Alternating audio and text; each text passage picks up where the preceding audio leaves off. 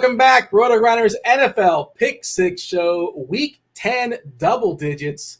Rich Hribar, Sharp Football Analysis. John Daigle, 4 for 4, Bet Spurts.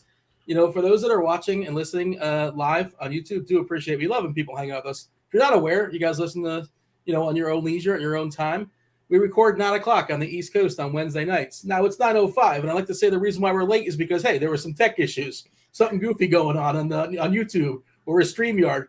No, we were just talking like anime and The Last of Us and HBO. I'm like, oh, yeah, I guess we should start the football show. But, yeah, this is what happens Week 10, John. What's going on, Daigle, from Bet Spurts, 4 for 4, double digits. We're now in the back end of the season. How are things in your world? You can tell, too, because the clicks went down just a hair this week, which means we're getting closer. November. We're getting closer to the end of the world. It gets dark at 5 p. Clicks go down, views goes down, but the quality and quantity have to stay the same as it were in week 1. So we are here off of an interesting week. Reeves and I were joking back and forth on Twitter last night about DFS tournaments and how I played Hribar double stacks. Getting the exposure I wanted, by the way. Like, I knew Everett being somewhat expensive on DraftKings would be 6%. I knew Herbert would be overlooked at 4 to 6%. So I played them knowing that. It doesn't matter whenever Herbert throws for 245 yards, though. So we look forward, a forward-thinking show, and we move on. Yeah, man. What happened? What happened to Herbert? I guess it's his receivers, I suppose, and he's not throwing the ball more than 8 yards. We don't have enough time, Dean. It's everyone. It's the umbrella. It's such a bummer. It feels like he's regressed a little bit, but I don't know if it's because there's a lot going on there, and they're not on this slate. So you know what? We'll save it. We'll save it to get back into it another day. Yeah, we this is your first time here. Maybe we have a couple new listeners on week 10. Like, what is this? What, pick 6? Oh, this seems interesting. We don't talk about games that are not in the main slate. So the Thursday night slosh fest, Atlanta, Carolina. I think it's gonna be a weather disaster. The game in Germany. Seattle, Tampa. Remember, play Thursday slates. This is a great week to remind you that if you're going to play some cash stuff or tournament stuff, play on Thursday slates. Thursday through Monday, Thursday, Sunday. Get in on those because those guys will be rostered tomorrow. 42.5 is the total. Maybe the defenses are interesting, actually. I'm not sure. I've not checked the prices. I have no clue what the defenses are as far as the prices, but not that you traditionally want to roster yourself some Falcons defense or Panthers defense, but my understanding, is it's going to be a mess weather-wise. And is that possibly because of the hurricane come up the coast? I'm not really sure. I have not followed it. I'm in South Panthers Florida. Uniforms look pretty hot. I'll see some pictures of those because I'm not going to watch this game live. My take is they don't deserve to wear those uniforms. Like, is that the black helmets? Yes, a good team should go all black. The Panthers don't deserve it. Yeah. But the Panthers are a team that makes sense to have black uniforms. Like why do the Jets have black uniforms? Does anyone ever explain that? I don't understand. It's dark green, right? Yeah, why do the Jets have black uniforms? I don't know. They aren't even cool looking either. All right. Yeah, so we talked the main slate only, just 10 games this week.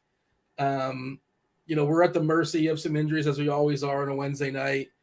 Both quarterbacks potentially up in the air as far as Arizona, that Arizona game versus. They should have to sign Streveler back if Wolford starts, so we get a rematch of Streveler versus Wolford. There was a quarterback named Streveler that started a football game and Chris Streveler. Yeah, he was from the CFL. He was a runner. He's actually the coolest dude ever. He's not a quarterback, but he's super cool. Well, we had to talk about him on this show before last year. For sure. We had to, yeah.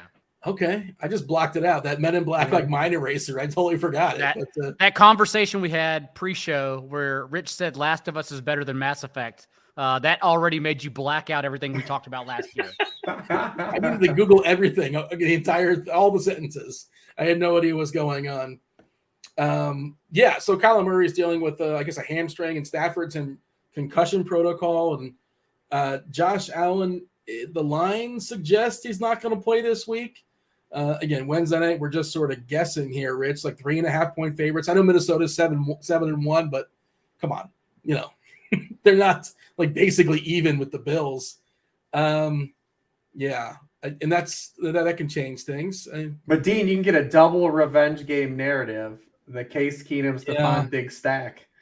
I mean, yeah, I guess. And Keenum, I did look at his price. I'm not going to lie. He is $5K, and I'm like, okay. And then next week, the Bills play the Browns, so Keenum can run double revenge games back-to-back if he plays 2 weeks in a row. The dream that we have for this show and everyone listening is that we get to talk about Case Keenum against the Lions on Thanksgiving slate. That's the yeah. We're only That's a 3 real weeks away money from slate. it. We can make it. We can get there.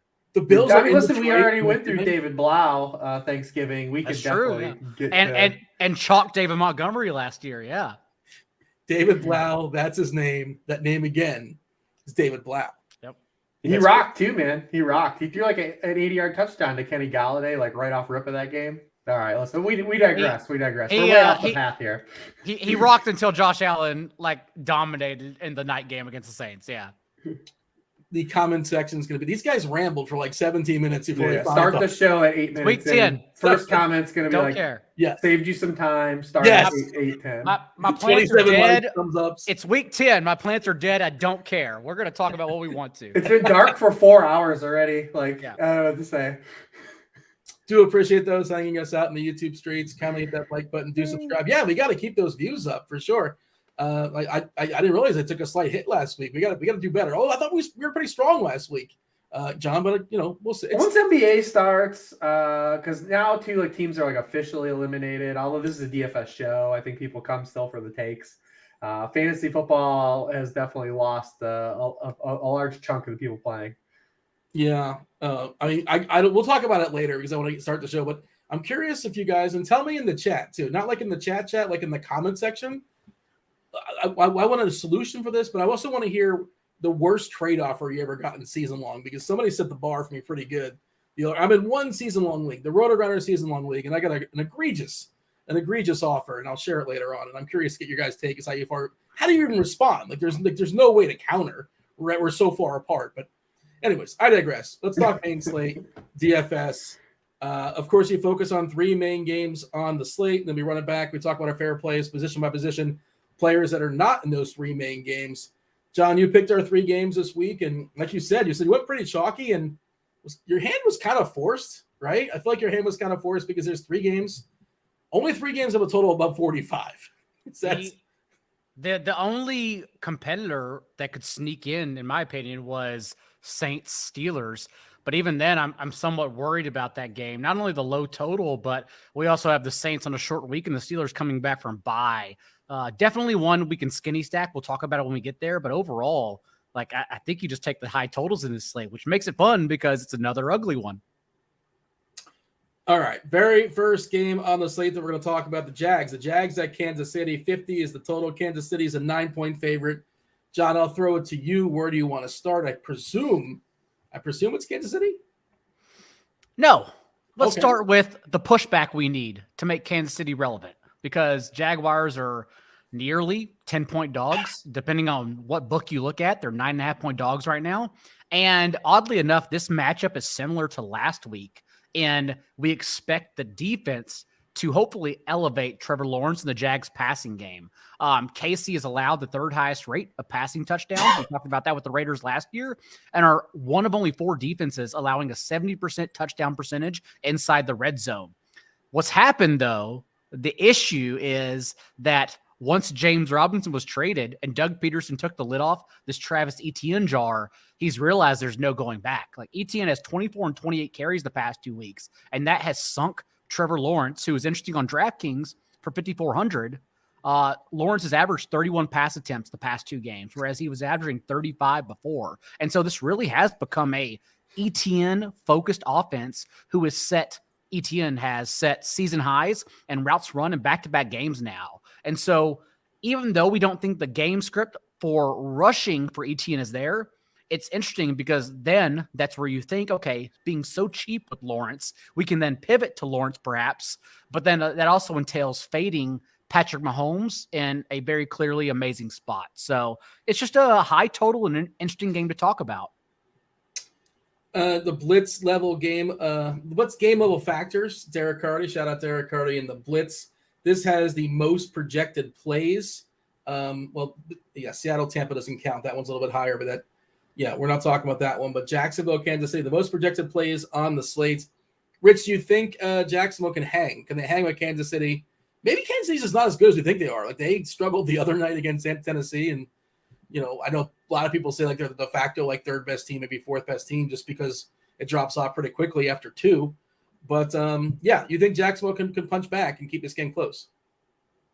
Yeah, so I mean, you look at the Chiefs; they're 0-4 against the spread at home this year. So teams are getting there. At home they might have even could have outright lost 2 of those games. One they did to the Bills, but they could have lost to the Chargers earlier. They could have lost to the Raiders at home too in that Monday night game. So I definitely think they're live. Also, when you just look at dogs of this degree this season in the NFL, like these teams have all been getting there. Dogs of 7 or more points this year are 20-9 against the spread so far. So a lot of these big totals, like these games are ending up closer than expected. Definitely would look at the Jaguars team total of 20.5 in a lot of places. Like I think that they're gonna get there on that because we love like the Chiefs, structure because now they're super pass heavy. They can't run the football. And you look at Mahomes, the past 4 games, Mahomes has thrown for 292, 338, 423. And 446 passing yards. And you look at the opening 4 games, he started with 360, but then it was 235, 262, 249.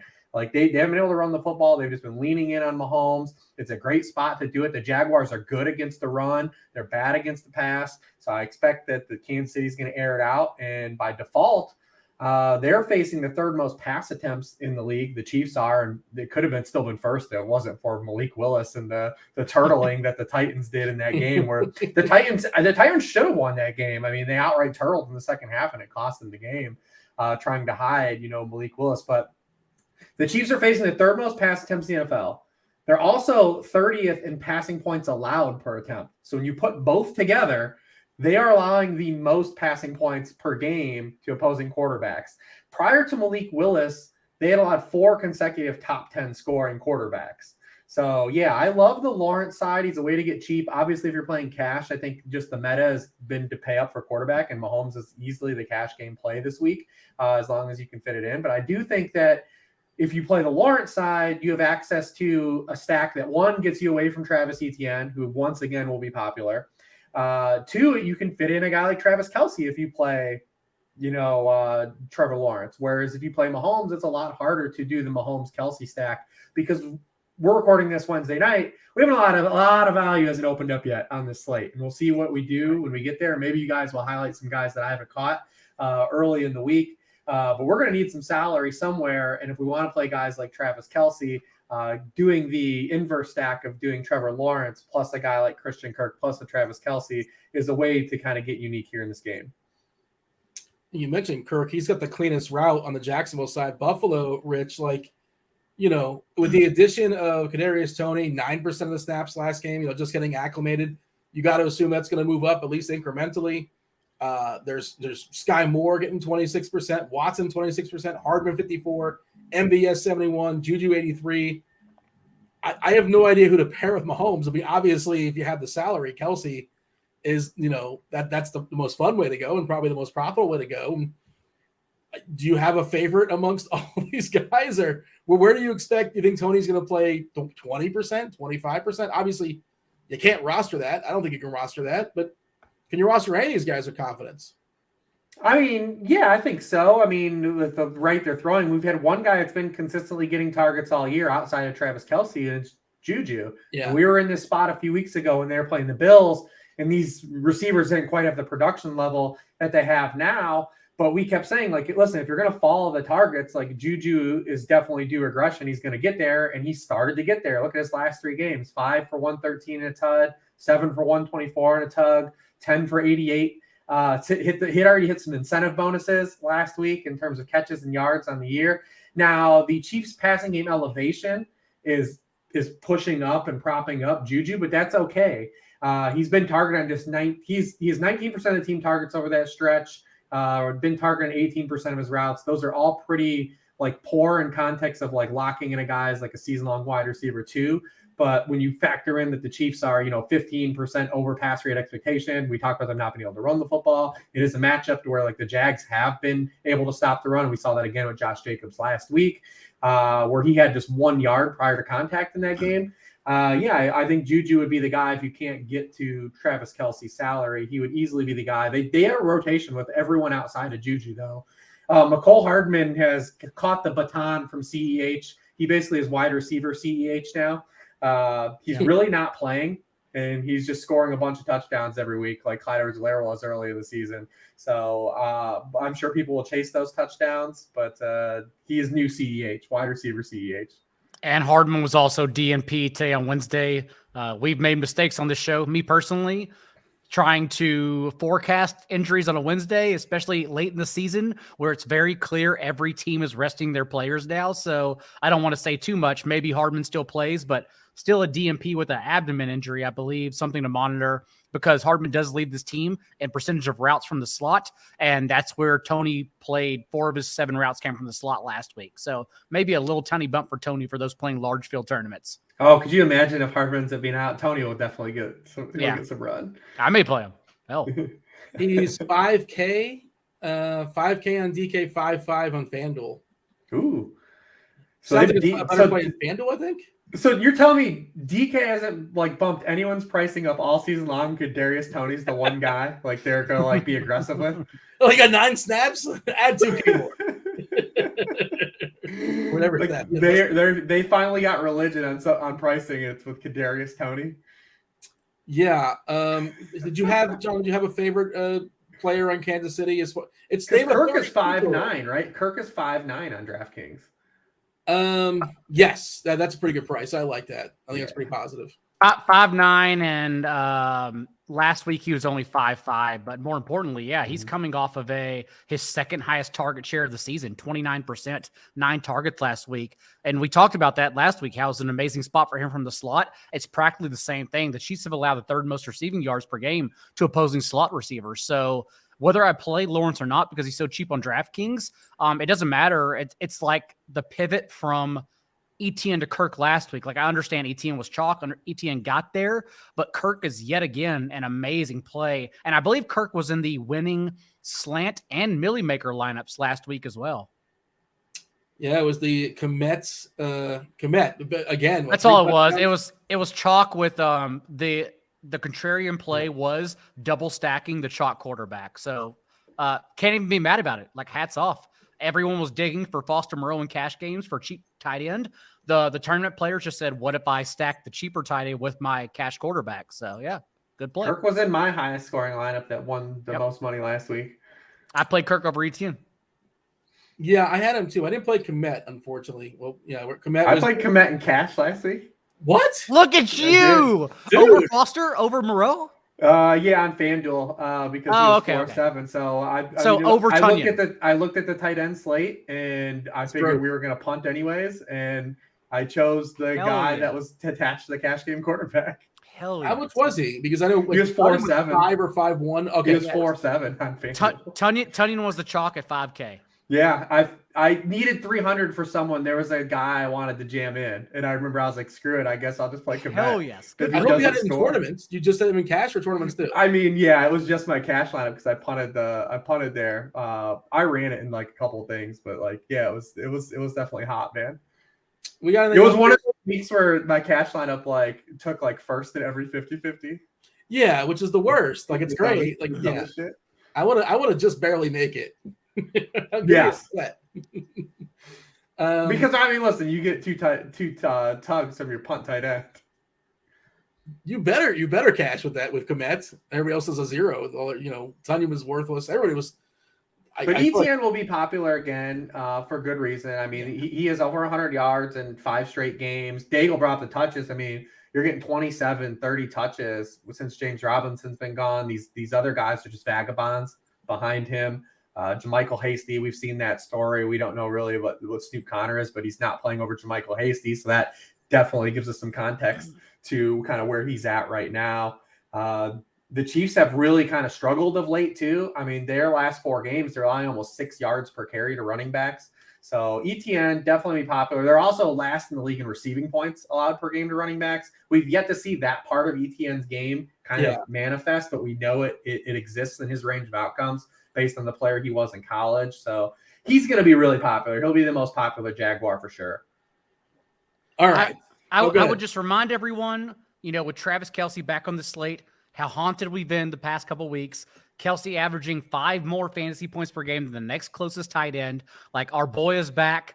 maybe it's best we don't overthink this. Like, I understand Ingram's popping as a value, but we ran that train last week. Let's just maybe not overthink this, and let's find a way to get up to Kelsey. Are you guys enjoying the Kelsey podcast?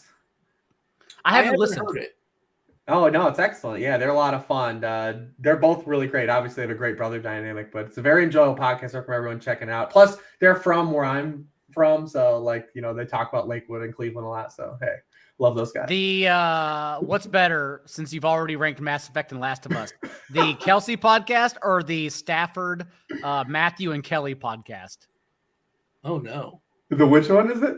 The Stafford and his wife podcast. I've never heard that one. Okay. That's the one where post Super Bowl, they recorded the next morning. Like, they actually recorded an episode, and like Stafford was asking for water live on the podcast the whole time, because very clearly, like, they were not ready to record a show post Super Bowl winning. Well, that's probably their best episode, like unintentionally. It was hilarious. And it was they were talking about bringing their, I think they have 5 kids. They were talking about bringing their kids to Disney World because like it's part of the sponsorship, Right. and like Stafford audibly said that is the worst thing. That's the worst idea I've ever heard. Like in his current state, post alcohol Super Bowl, wanted nothing to do traveling with his children to Disney World, matching World T-shirts in the summer, and and mind you, he was right, justifiably so. Was this before or after like he watched that lady fall during the celebration and he's like, what? I'm gonna walk this way, pretend I didn't see that. That was the parade. Yeah. That was the parade day. But what was the podcast like after that? What was the next pod? Because I cannot tell you. I listened to a single clip afterwards. So maybe that means the Kelsey podcast is better by default. I did hear the Kelsey brothers and the Manning cast, and I enjoyed them on there. You can tell like the two brothers, obviously they have pretty good chemistry. And the Manning cast, okay, hold on a second. You guys are, for whatever reason, you're not on Team Red Zone. Monday Night Football. It's our job. It's literally our job. It's not your job to hate Red Zone. My job is to watch the games, Dean. My job is to every game. No, my job is to understand the games, not to watch the games. To understand. Not to watch highlights. Glorified highlights. Highlights doesn't teach me anything. Do we watch the Manning? Do we watch the Manning cast, or do we watch the regular? We're not watching football Monday night. It's, to be fair, the Mannings do a great job. I think they're really good at their job, but they need everyone in studio, and they don't need it to be a big company product. Yeah, they need it's to a be promotion spot. All it is promotion spot. When they talk about football, it's actually incredible. But then also the lag, they have a 3 to 5 second delay every guest. And it's a disaster when someone like Jimmy Johnson, who can't even work a phone, he still has a Nokia, shows up and he's trying to like use also a lag in the broadcast. It's a disaster. So no, not a Manning cast guy, but I support them because I think they could be amazing. Yeah. Yes. They're not the problem with the Manning cast at all. No. But I don't enjoy the Manning cast though. It's just a glorified. It's like basically it's just like a glorified podcast during a game, except where they're just pumping up whatever someone is on to promote. I mean, Vince Vaughn was on. What was he promoting?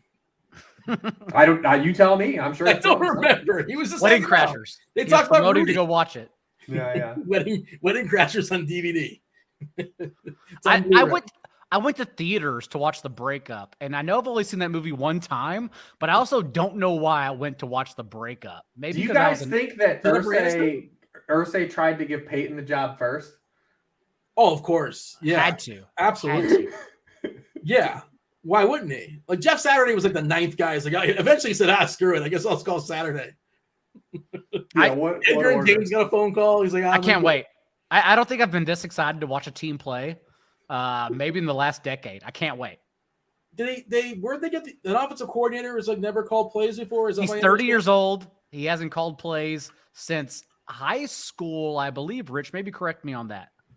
No, I don't even know, really, to be honest. I saw everyone having fun with the pictures of it yesterday. He does.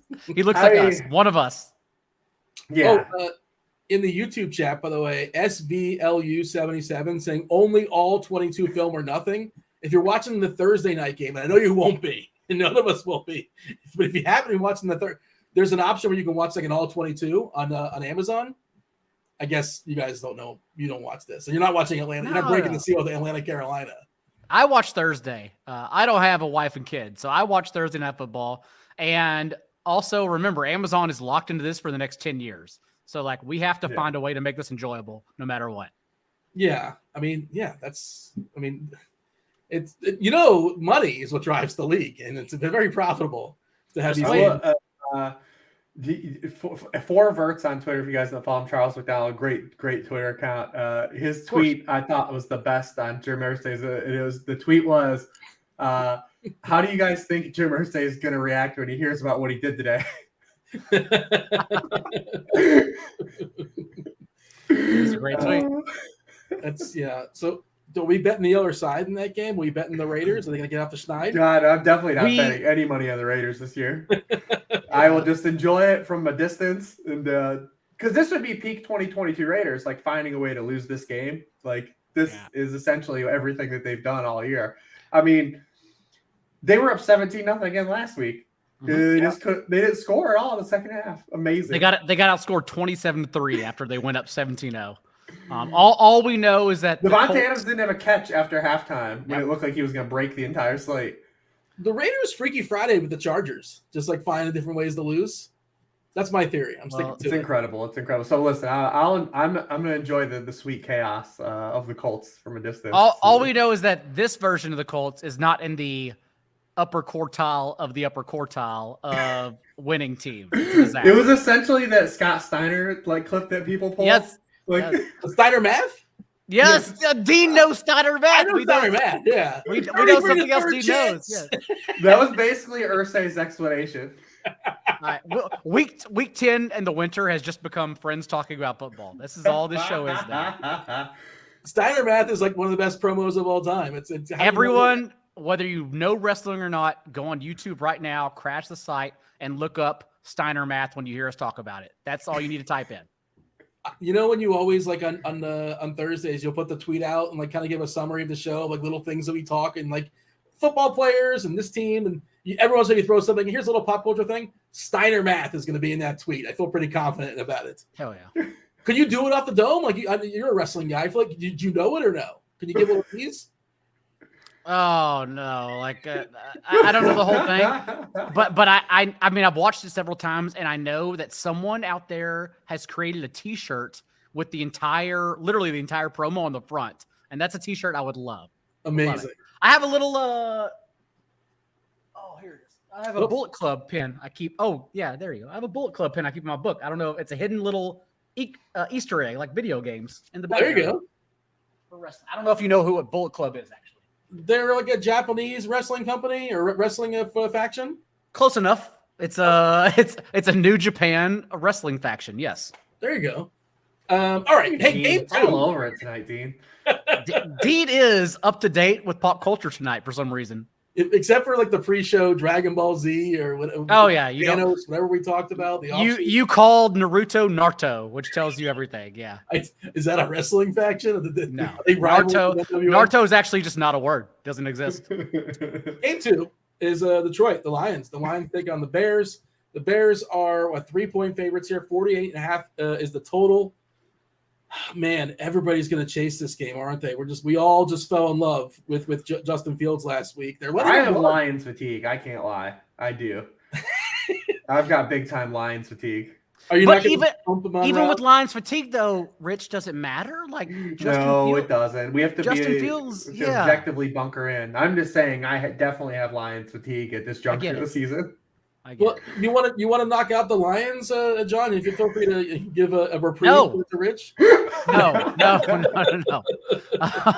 Actually, we're talking about this game because of one side. Honestly, there may be a couple run backs, but no, there are run backs. Like we talked about, like Rich. I know you said Trevor Lawrence, Patrick Mahomes, unequivocal cash game quarterback. If we're trying to spend up for Travis Kelce and these other options, I ask, why isn't Justin Fields just yet again the cash game quarterback? Because he's cheap too. Relative to what he's doing. There was that 1 week we had a month and a half ago against the Chiefs where Derek Carr, remember, got up to 55% rostered in small field tournaments on FanDuel. That's a real number. And we said like that's the most condensed players will get in tournaments all year. But dude, like how do you follow it up with this spot for Justin Fields? The Lions let's just mention really quickly, of course, the past month. Watch them run 45 times. Yeah. Well, I mean, it's still 6.5 design games though. The last 4 weeks for Justin. Because on Fields. FanDuel, he's the same price as Mahomes. Okay, that's fair. That's totally fair. I meant on DraftKings. So yes, we're talking about two different sites, totally different things. So I do get that argument. But then also, like Dan Pizzuto on Sharp Football noted, the past 2 games in particular, like the Bears were throwing a league low rate inside the red zone. The past 2 games, they're 52%, and Fields in that time has gone 9 of 11 for 5 touchdowns, no interceptions inside the 20. Like, this is what an offense looks like when it truly trusts Justin Fields. And then you look at the Lions, they're allowing a league high rate of 15-yard passes. And we know, like, Justin Fields leads the league in 20-yard throws. He literally only scrambles, design runs, or chunks it deep. So it's like the perfect cocktail of what Justin Fields can do and wants to do. So, yeah, I can imagine myself going to Justin Fields on DraftKings in cash games at least. I ended up playing him naked last week. I couldn't talk myself on the commit, and I just couldn't do Mooney or the Claypool thing. Like, he's got 3 snaps or 70 snaps. We're not sure. There's the range. I can't remember the number they gave to him, but what did he end up? What was the snap count, Rich? Where did Claypool land? Claypool, he ran 16 pass routes. Okay. I mean, concerted. He had 6 targets on the 16 routes, so like they had some plays for him. And he got the first touch of the game too. It was very clear they wanted to get him involved, and he had that whole combination of both carries and like 30-yard downfield shots. Dude, this is the St. Brown game. I just realized. Yep. I'm sure I'm not the first person that just hit me. I'm like, wait, this team's got a guy named St. Brown. This team. Oh wait, yeah, that's right. They know each other. And the Cooks are playing each other too this week. James Cook and Dalvin Cook. I didn't think about that. Yeah. Our brothers out in these streets. We talked about the Kelsey brothers, the Manning brothers. It's a brother podcast. Stack them up, man. I assume Claypool gets a little bit more. Like what it was, just 35% as far as the snap count. If you're pairing Fields, Rich, is it? Komet is 3-4 now. Are people going to chase that? I don't know. It's a little. I'm always a little uncomfortable with Bears receivers, especially if like. Does this line feel weird? I feel like the Bears should be bigger favorites. Maybe I'm just overreacting to like recent circumstances, but also Detroit feels distinctly worse outdoors. Yeah, Goff is. Well, I mean, the Bears' defense is also awful, and that's kind of why I think Daigle too. This game, it's like hard not to talk about this game. You've got 2 teams like we've at least shown to be able to punch. I mean, listen, the Bears are number 1 in the NFL in scoring rate per drive the past 3 weeks. The Chicago Bears, same version of the Chicago Bears that we talked about for a month, and we're questioning what era of football that they were like that they came out of, like what dimension of football hell did they teleport out of? And they're the highest scoring offense over the past 3 weeks, and not just beating up on the Dolphins. 2 of those games are against the Cowboys. They scored 33 points against the Patriots and 29 points against the Cowboys, who are top 7 defenses in points allowed this season. Like, it wasn't just like they ran into some cupcakes. Like, when you have a mobile quarterback and you structure your offense around him, we've seen this like a lot of times, man, over the course of like it's hard to defend these guys. Why the Falcons are having so much success. Like, I don't know if the Colts were actually trying to do it, but like maybe that was one of their original, like, brain clouds that like exploded of like, this is why we need to get away from Matt Ryan. But when the stuff clicks, it's hard to defend. And the Bears have become a defense or an offense that's hard to defend. And when like Justin Fields starts to get going, it starts opening up everything else. Because the explosive run game's been there all year. The running backs have been good. They've had explosive run game all year. But now that Fields has started to get the design run game going, now you're starting to be able to hit shot plays and you're able to do play action. I mean, that play action play you ran with Cole Kmet was a thing of beauty last week. Like, that's you can't run a play fake better than that. Yeah. And then you just the touchdowns start happening. And I mean, it's crazy. But yeah, both these teams, not only do they not stop anybody, but they allow touchdowns. I mean, the Bears, they've allowed 34 scoring plays. 74% of them have been touchdowns. That's 31st in the league.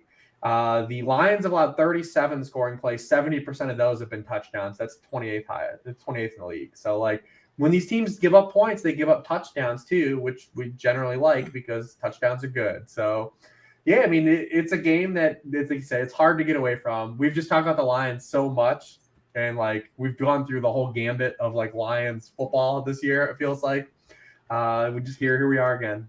So I'm with you. The only reason I think like we sound like we're down on this game though is just because we're tired. Like that. I genuinely think that. And well, I do also, think there's a range of outcomes in this game where too, like we have the Fields run out, right? Because like we're not going to have a game like Fields had again the rest of the year. Like we're just not. right. That was the Colin Kaepernick playoff game essentially.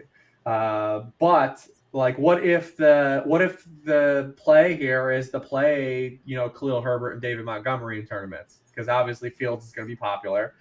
We know that the Lions can be run on. The Packers couldn't do it, but we do know every other team has done it.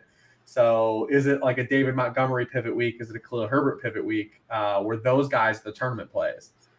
Herbert, 28% snap count week 8, 28% snap count week 9. Like, I just can't run. I can't roster running back that has 28% snap count. I can't do that. You gotta remove snap share from your portfolio, Dean, like from your process. Well, I understand that's not an all telling. It's because his utilization rate is high. Like when he comes in the game, he gets the football. Okay. This is why I was also upset about Cordero Patterson being quote unquote limited last week, because he was in every one of my lineups, and then I saw the report he was limited, and I took him out. And you're not very limited when you lead the team in carries and touches, despite playing 36% of snaps. I don't give a shit about your snaps. How many touches are you getting in those snaps is all I care about.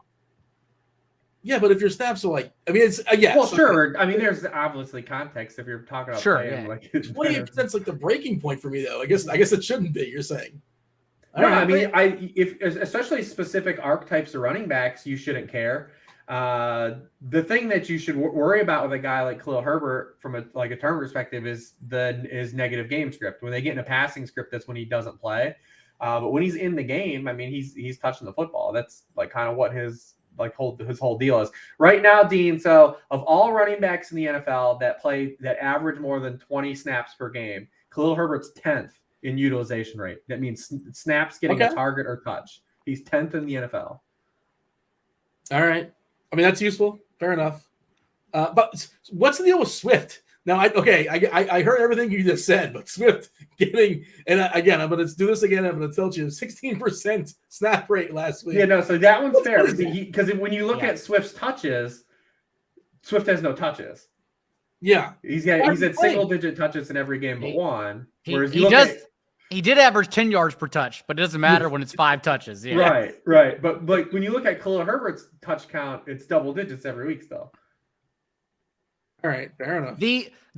I think what makes this game so annoying is one, we've all played DFS so long, and that we are naturally bred to not chase tournament winning performances. And so that already deters and turns us off from Justin Fields and Cole Kmet and Darnell Mooney.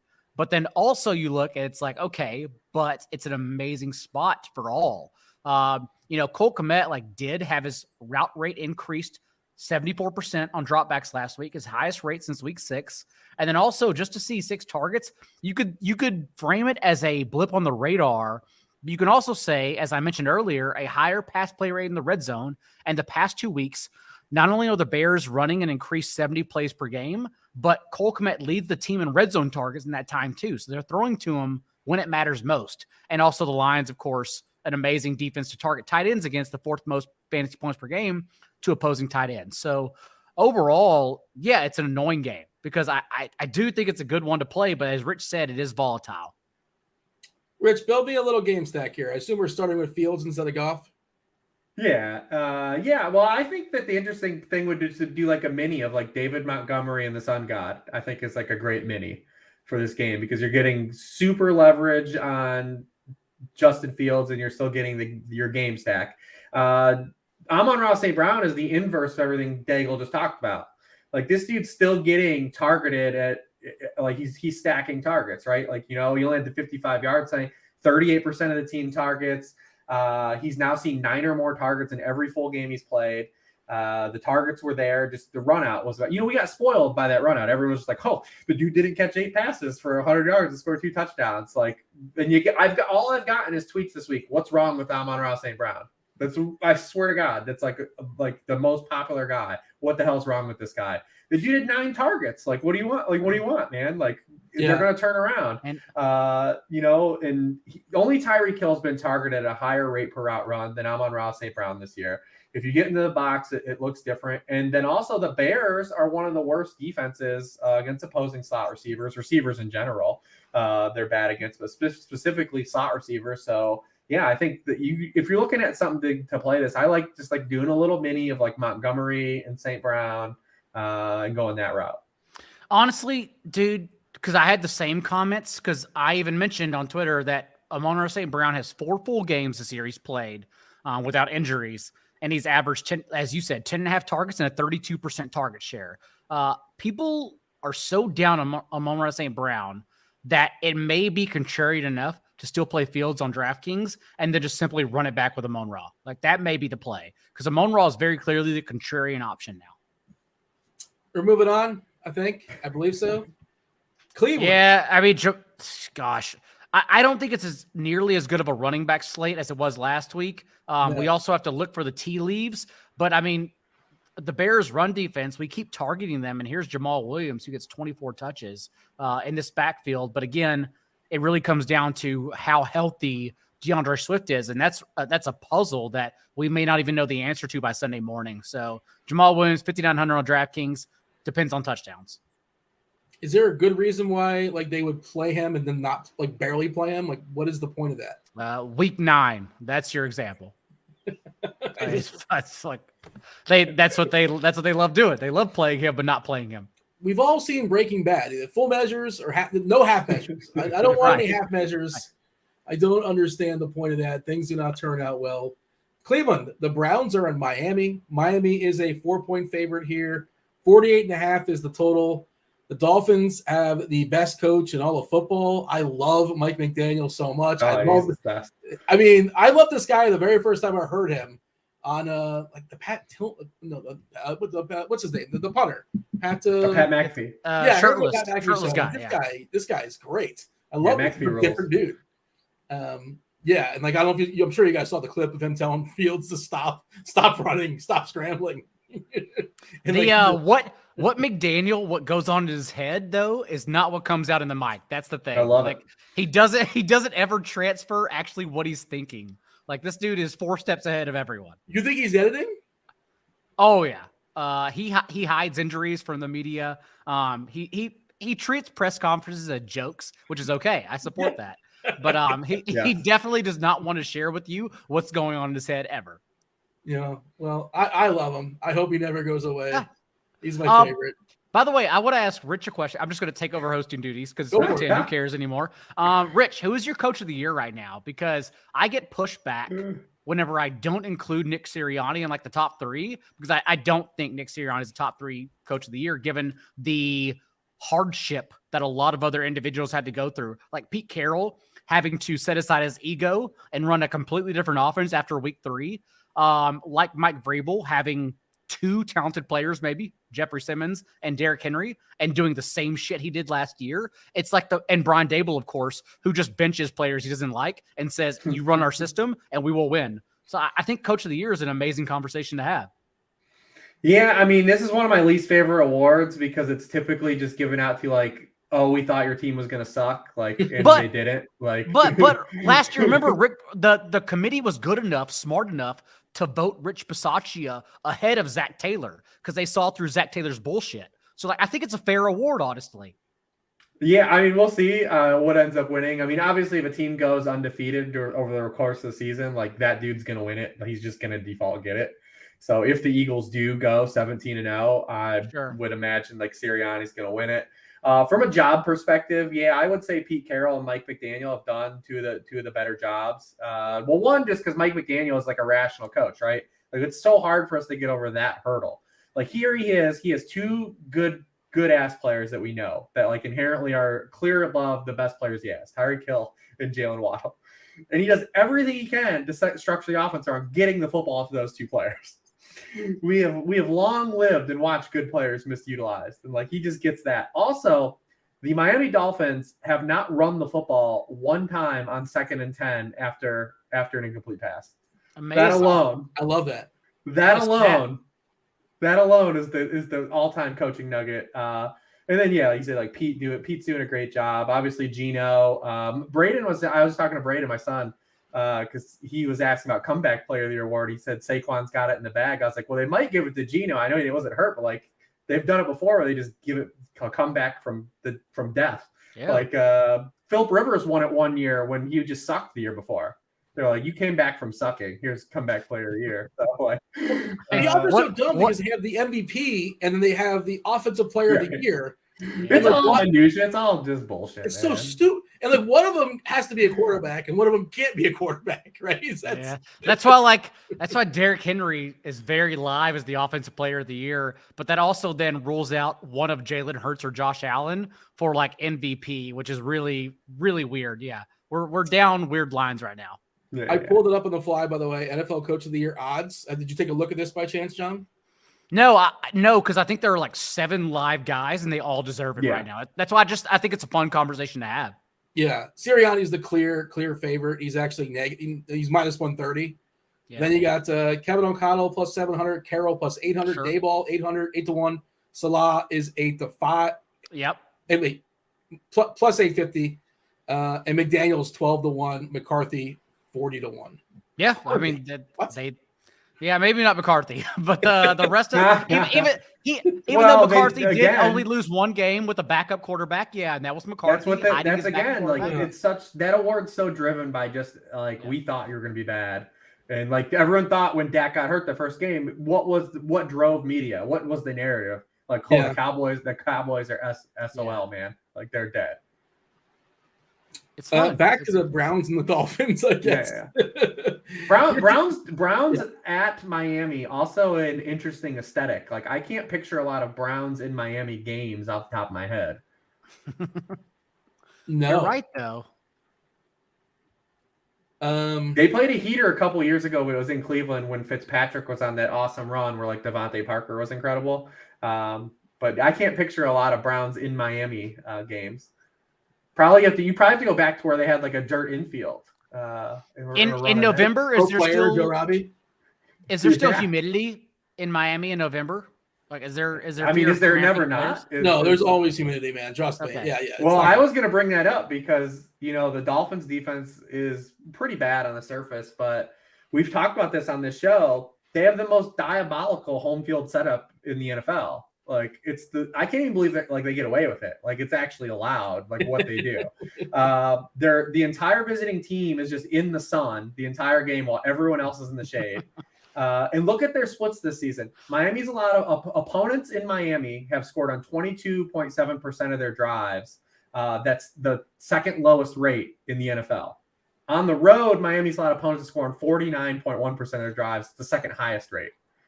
Like it's working. That whole diabolical setup has had an impact this year. Last time the Browns played Miami, it was 41-24 Browns in 2019. Oh. Somebody must have lit up the scoreboard. Let's see. Devontae Parker. That was in Cleveland. Oh, okay. You're talking in Miami. My bad. Let me go back. Yeah. All right. I'll throw up to John. That's like I just laid out that game. I just talked about it. Yeah. I will just vamp and talk about Miami's offense while we're doing this because two doubles are live. We now try to build one. I tried earlier. Well, it's tough. I know. I understand the context of the slate. This is also why, I think Daniel Jones is a good play, but I can't actually tout him because, you can't play Daniel Jones on the slate either. But we now have 6 full starts from Tua, and he's thrown at least 3 touchdown passes, and 3 of them have averaged 22.3 fantasy points in that span, which would rank 4th among all quarterbacks in fantasy points per game. And then the last 2 games alone, 26.5. So Tua, obviously, and Mike McDaniel hitting their stride. But like Rich said, we need some pushback. This is the second highest total of the week, 49.5 points. We think the points will come, honestly. But yes, it is hard to build Miami stacks. Yeah, I was trying to build some Tua double stacks, and maybe it's just a context of the slate because we haven't had a lot open up. But it is hard to jam those guys in, especially if you want to bring back one of the 2 good Browns players. I guess you could do DPJ if we want to get there. Kareem Hunt's probably an interesting bring back in this game.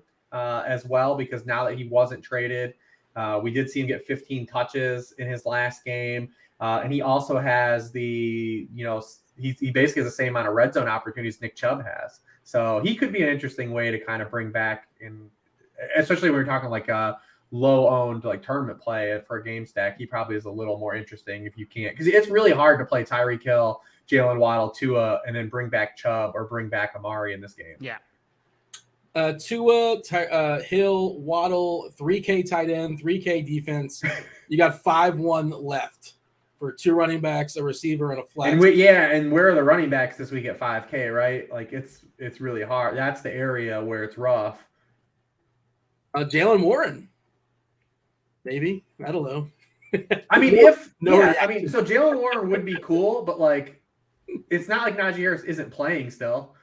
Like if like there's a difference between Najee Harris being out and them wanting to just like go with Jalen Warren ahead of Najee Harris, right? Because like Najee Harris is gonna play. Like we don't know, right? If we just knew Jalen Warren was gonna be a 3-down back, that like he'd be absolutely chalk. We'll swallow Deion Jackson games if it can get us Josh Allen and whatever, right? Like to jam in where we want. But like the fact is Najee Harris is still going to dress and play in that game. That's why probably Dave Montgomery on Fanduel is going to be so rostered, just because like I don't know if the touch share, based on what he did the 2 weeks prior, like last week, jumped back up to a 68% backfield touch share. But the fact he's just simply 6,700 on Fanduel, like that's so cheap compared to others. Cleveland and Miami, September 25th, 2016. Last time they were in Miami. Ryan Tannehill started for Miami. Jay Ajayi scored a touchdown. Nice. Oh, yeah. Shout out Jay Ajayi. Yeah, big time props to Jay Ajayi, who had back-to-back 200-yard games. Former Eagle great. Yeah. Yeah. And you're going to love this, Rich, I'm sure. Cody Kessler, the start of the game for Cleveland. All right. And I don't know if he was relieved or what happened, but Terrell Pryor at 5 attempts as well. So 30-24. Maybe I don't know what happened. Why would he just have 5 attempts? Was he used like as I don't know. That doesn't matter. Cleveland did used to use him oddly. He had packages where he was a wide receiver, a quarterback like Taysom Hill, and a running back at times. So I don't know. Like a Cordell Stewart type, because he had 4 carries for 21 yards for Terrell Pryor. And he had 8 receptions for 144 yards in this game. There you go. He had 1,000 Yeah. yards that year. It's the greatest game ever played. Yeah, he had 1,000 yards receiving that year. Yeah. Oh, man. He must have been a fun fantasy play that day. All right. I'm getting excited about Terrell Pryor. Where would you start, Rich, as far as Cleveland? Who would be your favorite? You talked about, the 2 big spends. You prefer Chubb on the ground? You prefer Cooper? Or, I remember a couple times on podcasts past, not this year, but previous seasons, we did mention the infamous DPJ. I know he was thrown out earlier. He is cheap. Can kind of make stuff work. $1 for $1. Where's your preference on the Cleveland side? Yeah, you would think that the Browns have to pass here. It's also a Jacoby Brissett revenge game, I guess, too. We can bring that narrative in because, Miami is scoring, kind of at will with 2 under center. They really haven't been stopping. He now leads all quarterbacks in fantasy points per pass attempt. He is number 1 in EPA per dropback targeting wide receivers. And it's almost double of that. Patrick Mahomes is the next guy of the next guy. The Browns are a cover 3 based defense. Guess who's the highest rated quarterback against cover 3 this season? It's Tua Tagovailoa. Stack them up. So you would think like it's going to be again, like the Miami passing game is going to be fine here, and it's going to push the Browns to have to eventually throw the football. You can, I think, if you do want to play DPJ, like he's been a wide receiver 4 or better in 5 straight games, been a wide receiver 3 or better in 5 of 8 games this year. He's on the field a lot. Amari's probably the most interesting guy though for the Browns. And it's because you're going to have like the weird thing with his home road splits again. He's doing it again this year. Like, I don't know what the story is. Like typically home road splits are like all noise. But like, just like Ben Roethlisberger, like Amari, no matter where he's played in his career, like seems to just like, I don't know if he has like a magical bed like at home. But like, again, look at his game log again this year. He scored in every single game at home, all of his good games. On the road, he's been absolutely terrible. But when you look at the matchup for this game, there's like a huge signal for Amari Cooper. He has absolutely just destroyed man coverage. Miami plays man coverage on 40% of opposing dropbacks. That's second in the league. Against man coverage, he's been targeted on 35.6% of his routes. That's fifth among all wide receivers, compared to an 18% target rate per route run against zone coverage, which is 47th. Miami also blitzes at the fourth highest rate in the NFL. Cooper is second in the NFL in yards per route run against the blitz, only behind Tyreek Hill.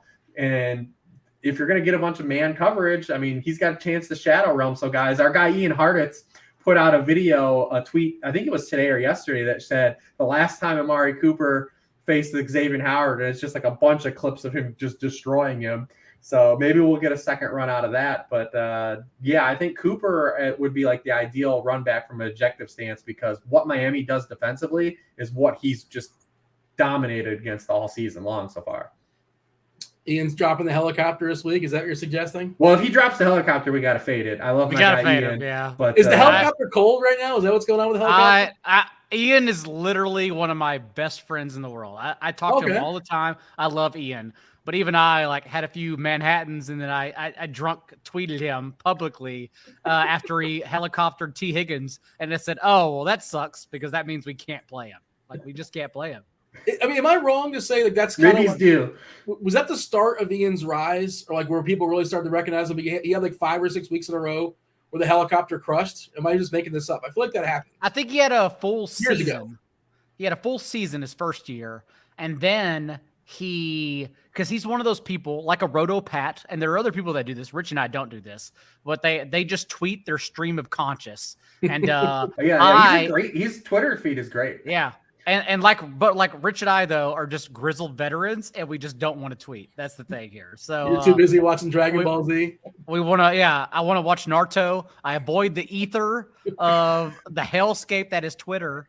And so, no, like when I log off, I literally want to log off and just read. That's all because I'm old. That's all I want to do. Fair enough.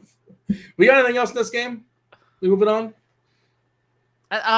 Do you think we're going to get David Njoku? Rich? I don't know. I don't know if we'll see him or not. He didn't practice today.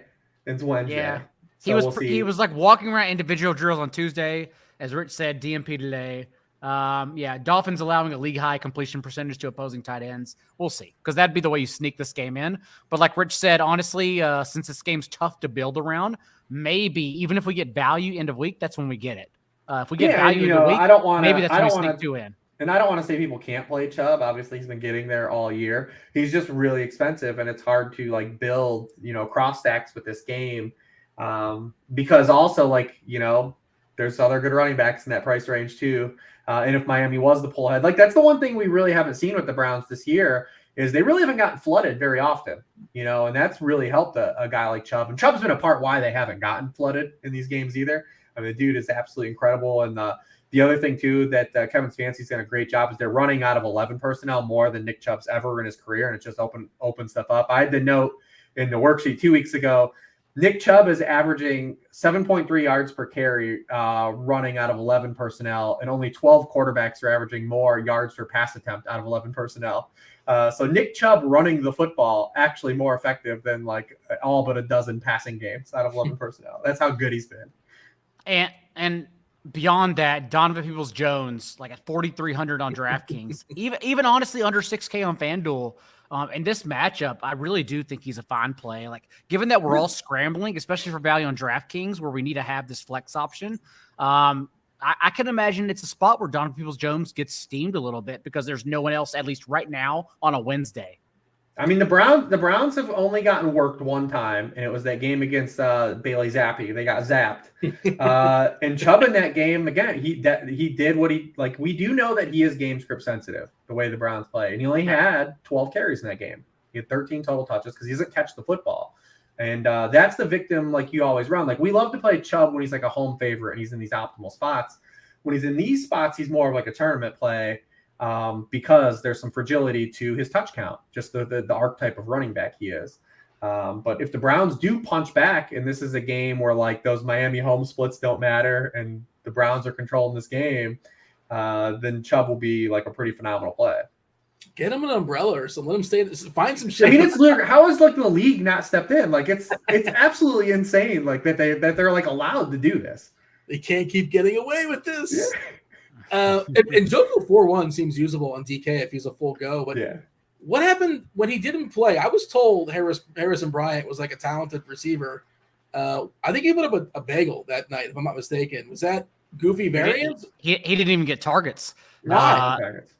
They still ran a 2-3-headed timeshare at tight end. It's kind of like the Lions last week, how we all got off of James Mitchell last second because we saw Shane Zylstra was suddenly promoted and activated, and then the Lions ran three heads at tight ends. Same thing happened to the Browns, so can't do it. More brothers, by the way. Shout out to the Zylstras. I don't know if they're both playing this week. Yeah, it's Brothers Week. There you go. Shout out, brothers. One of them scored a touchdown, right? Didn't one of the Zylstras score? Yeah, Zylstra scored. Yeah, that's what you just mentioned. Yeah. And James Mitchell scored a touchdown. Yes, and Brock Wright, I think the one who ran the most routes, Brock Wright, actually did not do anything at all. Not target. Yeah, I think he had one target, but yeah. Okay. No catch. Give him that one target. He also doesn't have a brother, as far as I'm concerned. Terrell, he plays in the NBA. All right, so we're going to give our favorite plays position by position in just a second. We do want to tell you about our sponsor. Do appreciate Thrive sponsoring our show. Feel free to throw those props up on the screen, producer Steve. So John, and Jim. Rich. Who's Jim? John and Rich can take a peek. If you're not aware of Thrive, get in on the fantasy action over at Thrive Fantasy. They're easy to play, no salary cap style contests. Revolve around over-under style player props. Each prop, it has a fantasy score associated with that prop. The riskier the prop happens to be, the higher the fantasy score. You rack up the most fantasy points for your share of the prize pool. They have all sorts of contests, all sorts of sports. You can, play football, baseball, basketball, MMA, golf, LOL, all sorts of sports in their lobby. We're, of course, focusing on – I picked their main contest, or the big contest, $100,000 contest. I believe it's $20K up top. There's 20 props in that contest. You got to pick 10, your 10 best ones. And again, each one based on a confidence level, not a confidence level, but how easy they may or may not be perceived to hit. That's how many points you happen to get. We want to give you a nice, sweet deposit bonus as well. Use the promo code Grinders. That's GRINDERS. It's a deposit bonus up to $250 as well as some free tickets. If you're going to deposit between $100 and $499, you get yourself 2 free $20 contest tickets. If you're going to deposit $499, that makes no sense. Deposit an extra $1, deposit $500 in total or more, you get 6 free $20 contest tickets as well.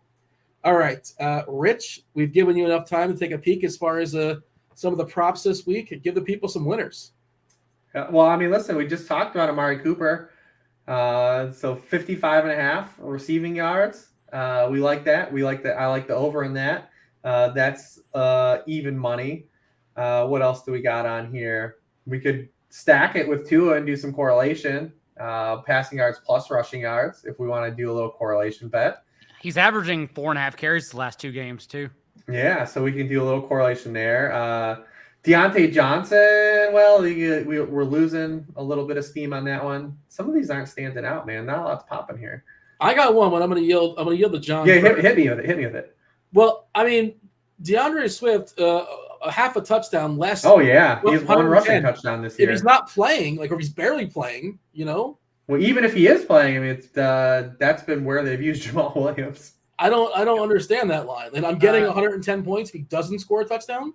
I love Thrive, but if you go to Russell Wilson, I don't know why we get worse odds. You have to scroll up, Dean. I don't know why we get worse odds for him to throw less than 2.5 touchdowns when he's only thrown 2 touchdowns 1 time. Well, that's why it's implied that you're betting against him to do it. You only get 65 points though. If he gets, but it is a good spot.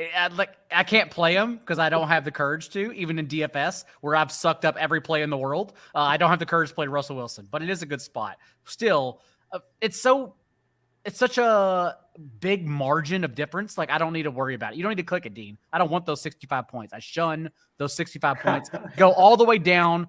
I want Christian McCaffrey because I expect him to get 2 touchdowns for 150.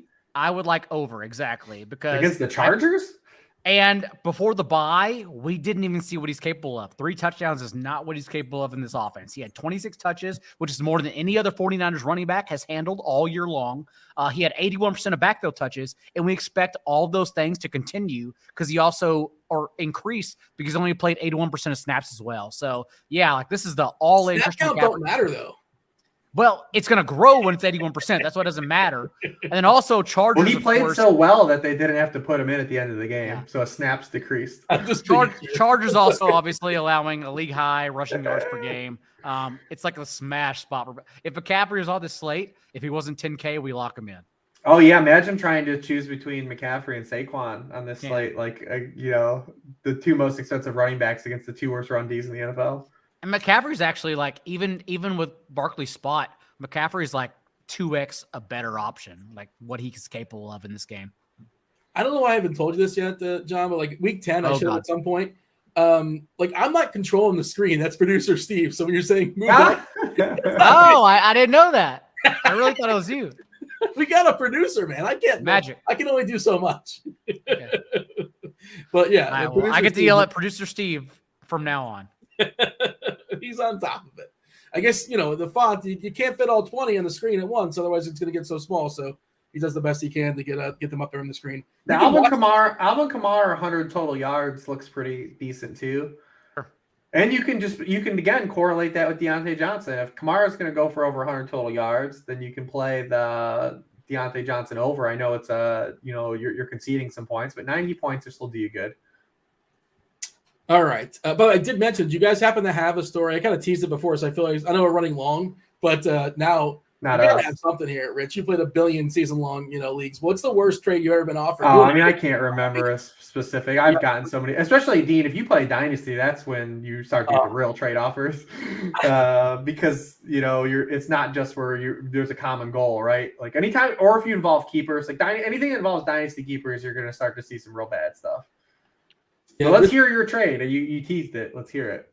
Yeah. All right. So this is not a dynasty league for the record. Not a dynasty league. I was offered. Well, somebody wanted to get Jalen Hurts off me and Christian Kirk off me, and I was offered 2 good players. Yeah, Jared Goff. Just your 2. Just my 2. I was offered Jared Goff. This isn't the RotoGrinders season-long league too, by the way. Jared Goff, Deshaun Watson. Okay, so 2 quarterbacks to replace Jalen Hurts. Good playoff. Is this a super flex league?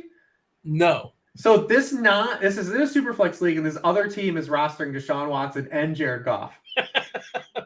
It's a pretty deep league, but it's not super flex. There's no defenses for the record. We play like 7 players. That's the way to play. That's the correct league. Yeah. It's the most egregious fantasy position. So carry on. So my Christian Kirk and Jalen Hurts for Jared Goff, Deshaun Watson, Isaiah Likely. Won't play. I have Mark Andrews, by the way. I think they're just trying to exploit me for having Mark Andrews. I'm pretty sure that's the basis of this trade. And then some dude, I feel like I should know who this person is, but I don't. Michael Bandy? Jameson Williams? Is that a real person? A receiver on the trade? It is the worst trade I've ever heard. It's pretty bad. What is he somebody I should be aware of? Like, is he a No, you're getting 4 guys who should be on waivers in that league. Yeah. So how do you respond to something like that, John? Like this happened to you before. You know what you do, Dean, is you go to YouTube when you pull up Steiner math and you send it back in the comments. I usually leave those hanging to make them think for like the next 2 weeks. I'm actually going to think about accepting it, but you're actually never going to touch it. Just leave it hanging. That is the all-time Steiner math trade offer, though. I did counter. I thought the chalk move was the count. I offered him Wan'Dale Robinson, Isaiah McKenzie, Sonny Michel, and Romeo Doubs for ATN and CeeDee Lamb. Just to see. That's another response. Yeah, that's a good response. There you go. They instantly rejected it. It's like I had the audacity. Yeah, that's a good response. Yeah. Maybe Jameson Williams will play this year, and you'll look back on that trade and say, "Oh, I could have traded my 2 best players." Maybe. Him. Is that a prospect? Is he? I don't know who that is. It's the receiver the Lions traded up for. What was it, Rich? Number 16? Yeah, I think it was 16. So it was after, or no, it was It was 13, was it? It was right after Olave because Olave went and then Yeah, because Saints traded up for Olave. The then Lions had Dotson to trade was up 16 to get ahead of Dotson was Dotson. Yeah, 16. you're right. Yeah, they had to get ahead of Dotson. So Yeah, yeah, he's but Rich, like Dean, they said the Lions like a couple weeks ago that he's out at least another month, which is never good, especially for a team that has won what 2 they're gonna games have now. 2 wins by the time he comes back. Why would they play him? Yeah. Exactly. We'll see. Yeah, we'll especially see. when you can play him with CJ Stroud next year. You just wait it out. All right, so I'm being told that Richie Smalls, he's saying this guy was really, really legit at Alabama. I don't watch college football, so I don't really follow the draft. I just know like DFS and then that kind of thing. And this guy's not been on my DFS life just yet, so I probably sound like he won't be. He won't be at all. Don't worry. At some point, we'll listen to him, but not next year. Right on. All right, but let us know. Leave in the comment section. On the YouTube. Tell me the most egregious, or even how to handle a better way to handle absurd trades. The most egregious. That's a hell of an offer. There you go. Let us know. And if something really really stands out, I'll hook you all up with 1 week free of RotoGrinders Premium. How about that? Leave your Twitter handle, and I'll contact you if I like it. Dean will watch an episode of Naruto. Well, that doesn't benefit anybody though. It benefits me because I can hear about it. I feel like we should play a 3-man contest, and the loser has to listen to the latest episode of Matthew Stafford and his wife's podcast and give like a synopsis on it. I'm in because I know where's our pick 6 context? Like why do we have a contest? Why are we doing that? Actually, like I would love to do that because I know we all, although we respect each other, we come to our own conclusions. I would love that. No, I mean, so I'm on a gambling podcast or the Scores and Odd podcast sometimes with my buddy Grant, and we always do like a movie bet, and like we'll force each other to watch a certain movie. It's similar concept. I'm happy to bring it to this show, but you guys don't have time to watch movies during football season. At least I don't think so. I could find an afternoon or evening. Okay, yeah, we'll figure it out. But I would love to watch a shitty movie you pick. No, I'm actually really nice. I want to share good movies. I try to be very kind. Is that so? That's why you watch Jurassic Park. Yes, that's the reason why I watch. All coming back to callback. That's a show callback. There you go. You've been paying attention and taking notes all season. That's long. A friend helping you out though, because you need to watch Jurassic Park. Stop hiding yourself. It's the same reason why I watched Gladiator for the first time. Oh my god, I didn't realize you had never seen Gladiator before that. Spectacular. It was phenomenal. Of course it is. Yes. Yeah.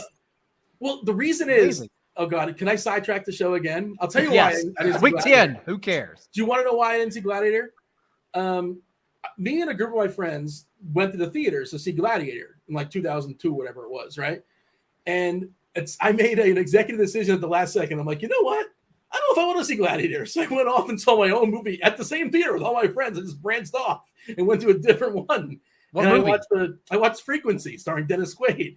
No, Dean. Why did you get changed from Gladiator to Frequency? I didn't know. Again, I was young and I was stupid. What do you want from me? So Frequency ends, and now I have a half hour or 40 minutes to kill, and I have to sneak in and watch Gladiator.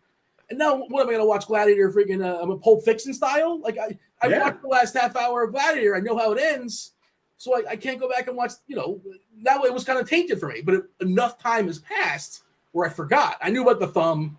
But, otherwise, I forgot most of the movie, and it was awesome. Yeah. Yeah, it's an amazing movie. Yeah. Yeah, there you go. So I think it's a reasonable excuse for not having seen it. Well, outside of choosing Frequency, I chose poorly. I don't know. I don't know what movie I would make you watch, assuming you haven't seen any good movie. Maybe The Town. Oh, The Town's phenomenal. Yeah, phenomenal. Okay, maybe Good Will Hunting. Have you seen Good Will Hunting? Probably my favorite movie of all time. Okay. It's a perfect movie. I'd have to find another movie because those are two of my favorite movies as well. We'll figure this out. We'll do it off there. And maybe we'll bring it to the podcast the last, how many weeks we got left? 8? All right. Well, actually probably more than 8, but you need to think about the playoffs and Thanksgiving and all that. Favorite quarterbacks we've yet to talk about, Rich. What do you got? There's not many. Remember, 10-game slate. We talked about all the good players already. It feels like I think it's really hard. I'll let Daigle sell me on Daniel Jones. No. Okay. I will say though, no one's gonna do it. But if you look at like plays that stand out on this slate, the Broncos skill guys do kind of stand out. And if you're gonna get there on those guys, then why wouldn't you bring the quarterback along? But I mean, I will say this: if you're making an argument for Russell Wilson, he has played just one team in the bottom 10 this season in passing points allowed. And in that game, he was the QB3 overall. Tennessee is 28th in passing points allowed per game, 24th in passing points allowed per attempt. If there ever was a time, might be this one. I don't know. I can't do it. I'm not going to build any. You can't sell that. John? Yeah, no, like, again, I looked at it and thought, okay, Russell Wilson also, good matchup. Like when we talked about Carson Wentz against the Titans, except that week, it was an ugly week and Carson Wentz was so cheap. Russell Wilson, like, isn't even cheap enough to consider, but I do think it's a really good matchup.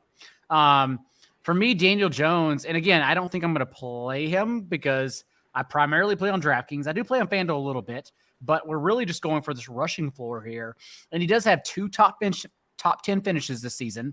He has averaged 7.4 rushing fantasy points per game tacked on. And the last time we saw him against the Seahawks, it's not fair that we discount him for a season low 9 fantasy points because the Seahawks defense has been really good. Like the last month, the Seahawks defense has allowed 4.3 yards per play, 4.5 sacks per game, and just 16.5 points per game. So like he failed because he played an amazing matchup. But now it's the Texans, so who cares? So that's my only argument for Daniel Jones. Otherwise, like Rich, we talked about the plays we're going to play. Yeah, listen, Mahomes, Trevor Lawrence, Tua Tagovailoa, Justin Fields on DraftKings. Justin Fields on DraftKings. Yes. We really don't need to do anything else. Would Keenum possibly be a thing, or is that not necessary? Or doesn't sound like you guys are terribly enthused about it. I mean, on this at 4K, slate, he's 5, I think. I think he's 5. Yeah, that's it. At 4K, if he was Sam Ehlinger, we'd have that conversation. But he is 5K. It doesn't make sense. This slate is really lacking clear value right now at this stage of the week. We'll see. Like I said, stuff typically opens up by the time we get to Sunday, but definitely is a lot. I'm curious what you guys bring to the table in these skill position guys, because I'm going to need you guys to find some for me. Hey, I'm just bagging up. I'm not the expert, so I just set it up. You guys knock it down. Stop it, Dean. Is Zeke gonna play? Do we think he's gonna play? And is he like Pollard? We're just assuming that it's Zeke's role. It's 1 and 1A at best, and it's still Elliott, right? Is that the story here, Rich? I would assume that this initial game back, even if he plays, would still skew towards Pollard. Remember, he only had 15 touches in that game against the Bears, and the coaching staff said that's kind of where they want him around. So even if Elliott comes back and is like half mass, like we can get around 15 touches still. I mean, he was averaging 11.1 touches per game playing alongside Elliott. So like we can get him another 4 per game. Like I definitely think he can get to 15 in this game against the Packers, who I haven't been good. I mean, what a run out for the Packers that they're now like home dogs by almost 6 points. Like at this stage of the season, like it's crazy like how far it's come. But when you lose to the Lions, that definitely happens. But yeah, I think Pollard, if Zeke plays, actually becomes a better play. Because obviously if Zeke's out, like everyone, like he's just going to be in everyone's lineup again. And he'll be 80% owned and 90% owned in cash games. But if Zeke plays, I think that makes Pollard a more interesting play. In a vacuum, Pollard or Herbert? Oh, Pollard. Yeah, Pollard, because he has the upside. Okay. Yeah, because I know you were talking about Herbert before. He feels like he's at a similar comp. And I outright like Montgomery still more than Herbert. I was just trying to push you off the whatever snap percentage. No, that's fair. You got to push me off that. It makes sense. John, what do you have as far as running backs? I'll go to the opposite of Saquon Barkley because Damien Pierce has outtouched Rex Burkhead 45-3 in the Texans' last 2 games. And I know everyone's going to get to the idea of Saquon Barkley.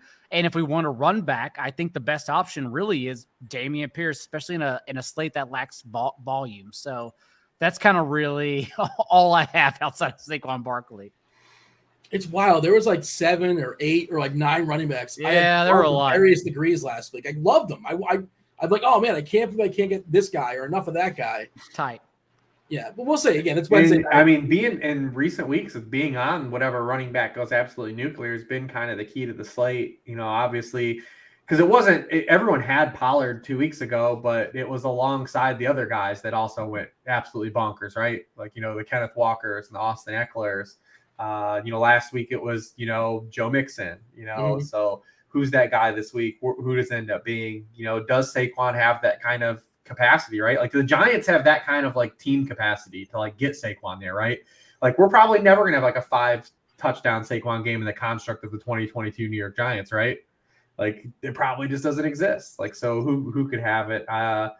There's some guys that are interesting here. Josh Jacobs definitely stands out. If we learned anything from the Joe Mixon game last week, it's to just chase the spot, right? Like Mixon was absolutely on Monday night awful that prior, like against the Browns team that everyone had been chasing, right? Looking like play guys against the Browns. Mixon was terrible. The Bengals were terrible, but you're just like, hey, on principle, he's a 7-point home favorite. Like, let's just put him in some lineups, right? Then like Josh Jacobs hasn't been good the past 2 weeks. He's a huge home favorite against the team that we're presuming is kind of quiet quitting or whatever the hell's going on. We don't even know what really we can call it. We don't know what's going on with the Colts. But like just on principle of top down saying that we've got a huge home favorite running back for a guy that's a 3-down back, like just play the spot. Jacobs was tweeting about, do we know the story with Jacobs? I saw people, YMFers always playing with my name. I haven't even left the crib today. What do we know what's going on with him? I don't know what the backstory is. It came across my timeline, and I'm like, what happened with Jacobs? Are there any sort of rumors out there? I missed it if there is one, but yeah, for sure you can play him. We made the executive decision last week. Remember, we're kind of sputtering to the end, and we would finish. You're supposed to finish strong, right? And we would finish with some horrendous tight ends. So we're shaking it up. We're gonna go tight end first, and then we're gonna go receiver. So we can close strong. Rich, let's knock out all the tight ends you like. I'm sure it's a long list. Dalton Schultz, both sites looks pretty phenomenal for his price. He's played 3 games with Dak Prescott. He's been a tight end 1 in all 3. Had a 20% target share in all 3. On his routes run with Dak Prescott under center, he's been targeted on 31% of his routes. Mark Andrews leads the NFL among tight ends for the full season at a 28% target per route run rate. Love Dalton Schultz and his pricing. I guess he's fully healthy now, right? It feels maybe now. We can trust him. I mean, he's been a tight end 1 in all 3. Like the 2 games prior to the bye where he was kind of limited, but he still was a tight end 1 and he had 27% of team targets last game. So, God, if he's healthy, God bless us, man. All right, John C. Dalton Schultz and raise him. I don't have a Tanner Hudson of the week for you, even though Tanner Hudson may be a good play again. But Pat Freiermuth, still an amazing play. Before he went on bye, he played 3 full games with Kenny Pickett. He averaged 8.5 targets, a 24% target share, and run a route on 72% of dropbacks. And now we have this spot against the Saints where everyone will likely flock to George Pickens instead, given the vacated volume from Chase Claypool. But Freiermuth has been delivering every single week ahead of Pickens anyway. So I think Freiermuth's an amazing option. Other than that, not much, Dean. I'm probably trying to find a way to pay up for Travis Kelce. Indigo Montoya will probably be popular still. Is that Tunyon? No, Dulcich, our guy. Okay. Dulcich de Leche. He's played 3. Listen, the dude's played 3 career NFL games. He's been a tight end 1 in 3 games.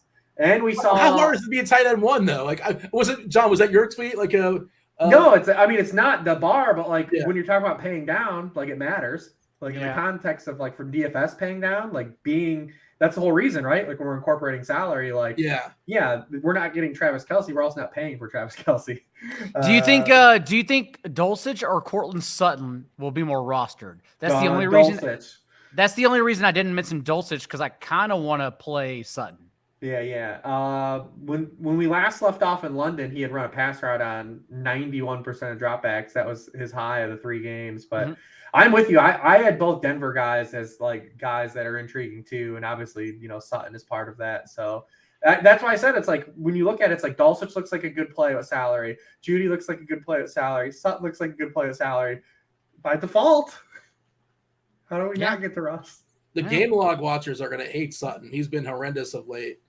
But then the target tree is thin there, right? Like it's the old theory, like when you had Lockett and Metcalf, like you'd have these guys run cold, but like we only really have 2 guys running routes and getting targets outside of Dulcich is the third, but like Hamler's not getting any targets at all, and he's hurt. He didn't practice today with a hamstring, but like they just have no other guys. My only pushback would be, remember just last week, Eckler gets there, Josh Palmer gets there, but Justin Herbert doesn't come anywhere close to getting there. Yes, true. All right, It could be recency bias. You want to talk let's talk receivers. Like, I imagine we'll have an easier time here, Rich, as far as finding some receivers you like this week. We hit on the Denver guys. Chris Olave, he's pretty good. He's pretty good at football. Another 32% of the team targets on Monday night. He's going against Steelers defense that has allowed the most points per game to opposing wide receiver ones. They have also allowed the highest touchdown rate to all wide receivers, the highest yards per target to all wide receivers. He looks pretty good because Kamara, I think, is going to be pretty popular. We can run a lot of minis in that game, too. We're not going to probably play either quarterback. That's kind of cool about that game is kind of all just mini stacks. John? The only other one I have, I wish Kenny Galladay didn't return to practice because I think it's actually a good spot for Darius Slayton if we're digging for value. And right now, I'm not even kidding. Darius Slayton and Donovan Peoples-Jones are the only receivers I have for value on my list since the Texans have allowed the most yards per target to opposing boundary receivers and the highest completion rate to opposing boundary receivers, second highest yards per target to that spot. But Kenny Galladay returning may screw that all up. The only other option I have on my list is it's probably going to be chalk, but George Pickens, because the skinny stacks for Saints Steelers, like Rich said, it's an amazing spot. I do worry again about Steelers coming off bye, Saints having a short week, but at the same time, 54% of Pickens targets this year have come 10 yards downfield, and at least, even though we know Pickett, that's the one spot he doesn't complete the ball. He has the league's lowest completion rate, 10 yards downfield, lowest completion rate, 20 yards downfield. At least we think there's going to be more volume since we're taking out Chase Claypool's 4.5 targets per game. So I want more volume. I want downfield targets from Pickens, and it's the spot to do it against the Saints. So I got one cheap guy for you. Oh, hit me. And it's a forest through the trees. It's Wednesday, so right now he's not a good play. I just said Darius Slayton, so just lay anything on me. Nico Collins at 4K practiced today. Brandon Cooks did not practice today. Okay. The last 3 times those guys played together, Nico Collins had more yards than Brandon Cooks anyways. So if we get a game with no Brandon Cooks and Nico Collins against the blitzing Martindales, he might be a cheap guy to get you some targets. So speaking to how little value there is, and this is Wednesday night. This is our projections as of Wednesday. Who's the NBC of the week, Dean? NBC. The NPC, the Michael Bandy. Non-playable character. How did Bandy end up doing? I didn't see. He had 26 yards on 5 catches. He had eight targets, yes, but did not do anything with them because he's the NPC. Okay, so there is actually a really good one, but the first point I was going to make, just to speak to how little the value is right now, we can, in our lineup HQ tool here at RotoGrinders, you can do sort by point per dollar, point per dollar plays. Generally speaking, if you're 3K, your point per dollar is going to be so much higher, or a better chance to be up off the charts than a 6, 7, 8, 9, 10K player. Our highest point per dollar play on a Wednesday night is 9K Cooper Kupp. That seems wild. 2.54x is where he's at. Next, by the way, you're gonna love this, John. DPJ, Donovan. Oh yeah. And the non-playable character, we got Juju, we have Christian Kirk. You mentioned the Giants receiver. You didn't mention this one. Marcus Johnson. You can't play Marcus Johnson. He is running more routes than Slayton, but the difference is Slayton is earning targets at a significantly higher rate than Marcus Johnson. That is the NPC of the week. I love it. That should be a bit on the show, right? Dean, the NPC Michael Bandy, the last 2 weeks, he's got 14 targets and 21 receiving yards. That's amazing. Almost yards per target. If you could, I'm sure. Can you sort anybody have lower than that? In that kind of volume? I'd have to look for a wide receiver. It's absurd. That's some running back stuff. That seems pretty impressive. You know what? We still ended up finishing on Marcus Johnson and Michael Bandy. We're supposed to finish. We tried. We tried. He brought up George Pickens and Nico Collins. Listen, play DeAndre Hopkins. Play the good guys. We're gonna have to do our little movie bet. I'll create the 3-gamer if you want to do it. If producer Steve wants to join us, by all means. I guarantee you, people would love to watch our tournament. We can shoot out the link and everything. So please do. I would love to play. There you go. We'll discuss it. Yeah. I'll make it and I'll send it your way. And I will be kind with the movies. And I'll send you a movie you guys haven't seen. Both of you haven't seen. We're gonna listen. It's gonna be week 11 next week plus the holidays. We're gonna need content. So a quick 1 minute, 2 minute review of the movie you're required to watch before Wednesday night. That sounds great. Yeah. All right. Give me on a Wednesday night, Rich. Give me your favorite stack that we're looking at as far as this slate. Oh, Trevor Lawrence, Christian Kirk, Travis Kelce. John? Justin Fields, Amon-Ra St. Brown. I do like Josh Jacobs a lot as well in a bounce back spot. Travis Kelce. Am I able to afford those players? I don't know. Sure. Let's figure it out. We live in the world of a salary cap. Let's figure it out. It's a tough week, ladies and gentlemen. John, tell the people. I mean, look, week 10, they know, but they don't know. There's one guy that's like, this podcast is interesting. Where do I learn more about this John fellow? Where would he find you on the interwebs? If you hung around for an hour and 31 and don't know about John Daigle, Rich Hribar, and Dean, how do you pronounce it? Shavelson? No, you nailed it. Shavelson. Yeah, good job. Shavelson. If you don't know, well, I commend you, but also 4for4.com. We are running a rest of season sale where I believe I can get you 50% off rest of season. And rest of season, mind you, is still half the season left. There's a lot of football left for us to be here every single week. So not Jay Daigle on Twitter. Slide in your DMs and you'll hook them up? Absolutely. That's the place to go. Rich? Ella Reeves on Twitter, Sharp Football Analysis. We got something coming in the pipeline, so stay glued. It's either I'll probably promote it on Twitter. Hopefully something's coming, but something's coming. Something's coming. What a tease. Something. Something. We do appreciate hopefully me making you guys watch a movie. NFL Pick 6, Week 10, RotoGrinders. Appreciate y'all listening. On behalf of Rich and John and producer Steve and Dragon Ball Z and Marcus Johnson and Scott Steiner Math, go win something this week. Enjoy yourselves. We're out of here. Holler.